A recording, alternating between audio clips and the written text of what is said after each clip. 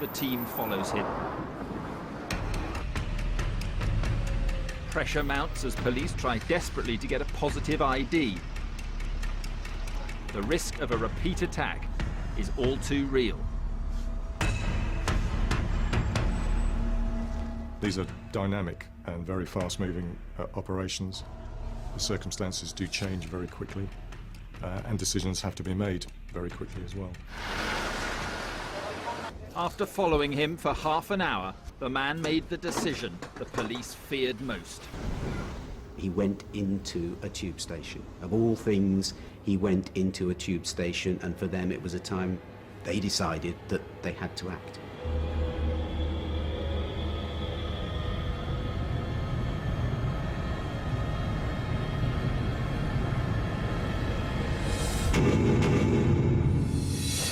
It was just after 10 o'clock this morning. Plainclothes officers had chased a suspected bomber down onto a platform and into a train, where they shot him dead. The information I have available is that this shooting is directly linked to the ongoing and expanding anti-terrorist operation. And of course it came from as high as you can go in the Metropolitan Police, from the Commissioner, Sir Ian Blair, that this was a man linked to the investigation.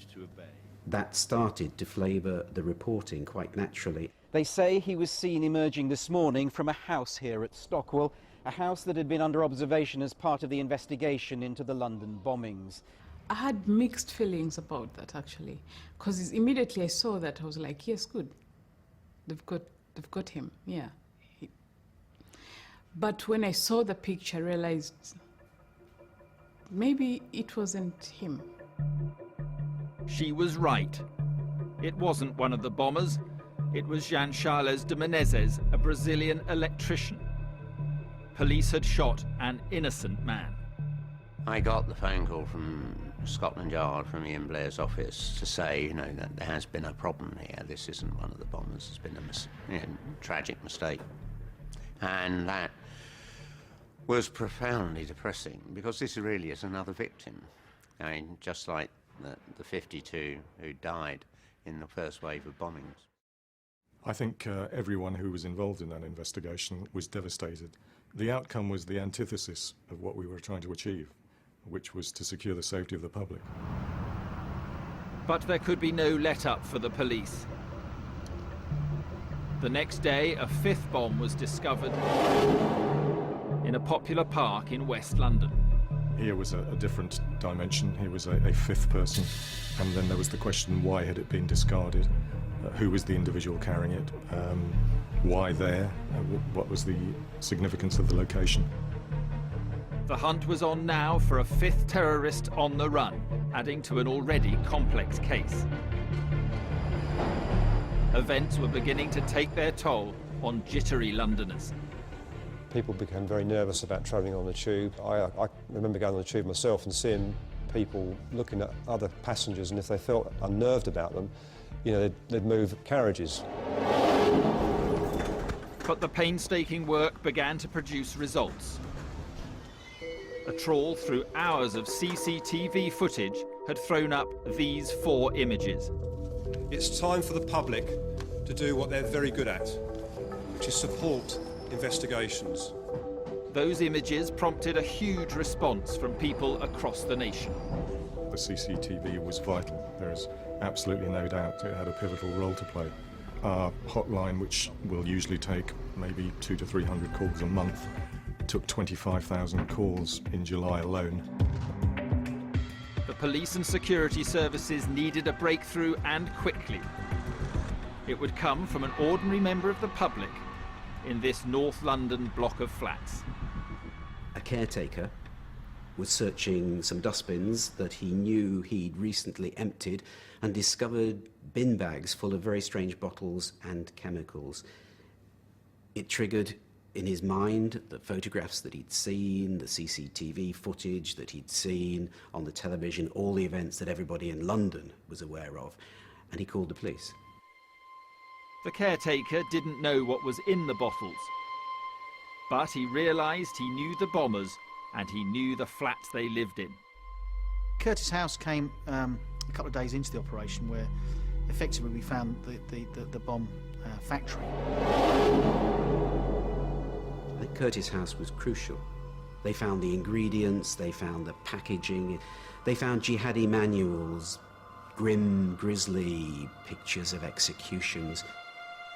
But the most significant find was the massive amount of hydrogen peroxide, a key ingredient in homemade explosives, far more than would be needed for just 5 bombs.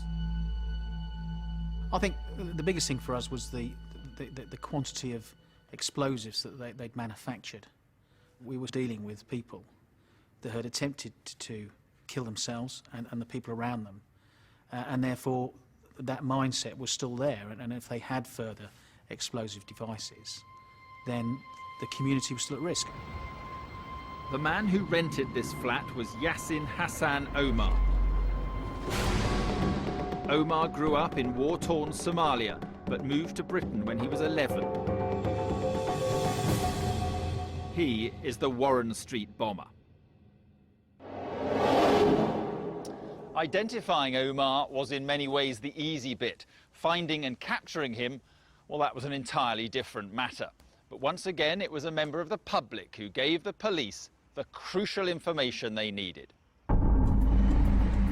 That call came from Birmingham, to where Omar had fled.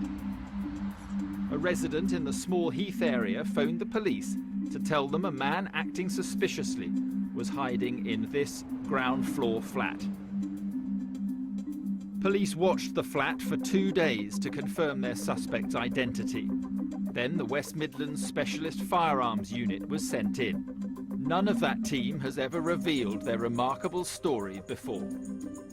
Obviously, with regards to this specific job, we were told who we were going for and we were clearly aware of what he's done. And it doesn't really take a rocket scientist to work out from there the risks involved.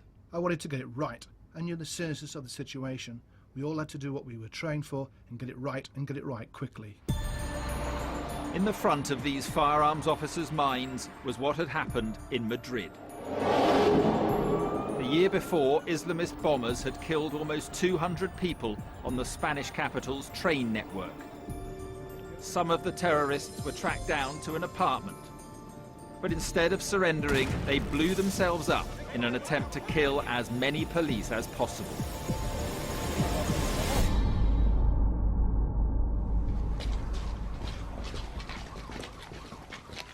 In Birmingham, under cover of darkness, officers moved into position. There wasn't much talk. Everybody knew what they had to do. Well, the adrenaline obviously begins to kick in at that stage, and your anxiety levels begin to rise slightly. There you are! As dawn broke, they entered the flat and had to search and secure each room. Carl was the last to enter and noticed the bathroom door was a few inches ajar. I open the door, and at that point I see a man standing in the bath with his back towards me, with a rucksack on.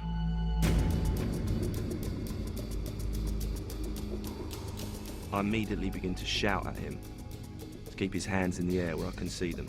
Keep your hands up! Stay exactly where you are. Keep your hands Do up. not move your hands. I realised that other officers were shouting. They were in the bathroom shouting at somebody. So I went in just to check, and obviously I saw the man in the bathroom. At which point he begins to lower his right hand, and at that stage I form the opinion I'm going to have to shoot him.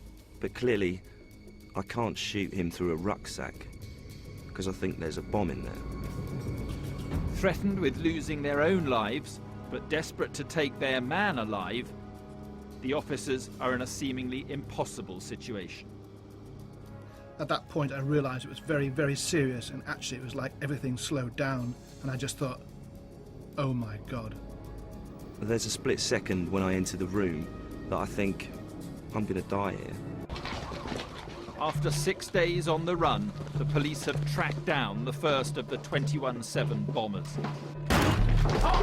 There you are! They find him standing in the bath wearing a rucksack. I vividly remember him staring over his shoulder at me, and his eyes were wide. I could see the back of him. It was slightly side on, but but I definitely could see both of his hands. That was a key feature of my decision-making at that time. After the tragedy of Stockwell, they don't want another death, but their own lives depend on the next 10 seconds. The decision, albeit it's nothing that has been discussed already, is made to go hands-on with him, grab him and control his hands. We force him down into the bath so he's on top of the rucksack. But then he's desperately trying to get his hands to his chest.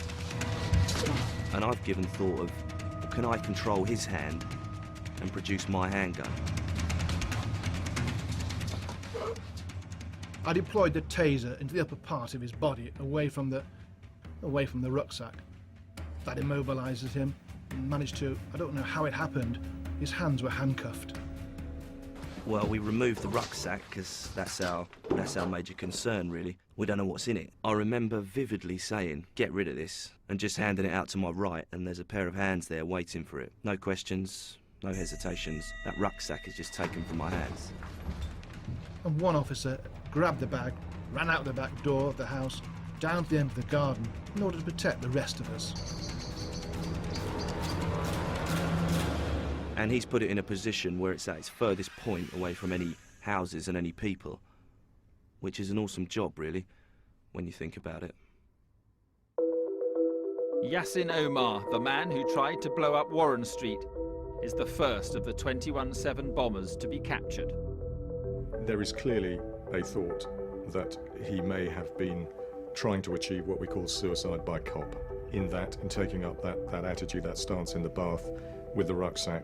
He was seeking to use that as a means of not going into the custodial system, but rather leaving this earth. We won't know if Omar was trying to die or not. The rucksack had no bomb, but those officers arrested him, believing they could be blown apart. Once the job's done, get back on the van, as we do with every job, with every operation, and just drive back to our base. I vividly remember sitting opposite the guy who came in the room with me, and he just looks at me and says, I really think we should write a will. And then it sort of hits you like a brick wall what's just happened. It's quite levelling, like. I don't talk much about what I do at home, but obviously my partner realised what happened, and she wasn't best impressed by what I'd done. Just 6 days into Britain's biggest manhunt in 25 years, the police have their first major success. That was obviously a key moment. It built that sense that the momentum was swinging our way. And having had those thoughts, again, it was a sense of, right, one down, now let's get the rest. 4 terrorists were still at large. The pressure to track them down before they could strike again was enormous. I thought all they've got to do is regroup. They'll be like frightened rabbits, but at the same point they want to see it through. They'll feel as if they've been defeated. The police were pouring resources into tracking them down. It was on a scale that people had never experienced. The scenes for 7/7 and then latterly 21/7 stretched all the way around the whole circumference of New Scotland Yard on 2 floors. It was an unprecedented scale, of which I don't think anyone, well, no one had seen before, and fingers crossed no one will see again in the future. There were now 1,200 detectives across the 2 investigations, 400 officers on security patrols, teams of armed officers following up the best leads across the country. We effectively went from one job to another. We were working on the intelligence and we were looking at different locations, different premises. Everywhere there was evidence of the police hunt. You couldn't turn a corner in London, and you certainly couldn't go anywhere near public transport without realising there are armed police absolutely everywhere. The pressure soon bore further results. A man walked into Finchley police station offering information, but detectives soon twigged why he knew so much. He was in fact the 5th bomber they were hunting. He was Manfo Asiedu, a Ghanaian, who had abandoned his bomb in the West London park. Another of the gang is in custody.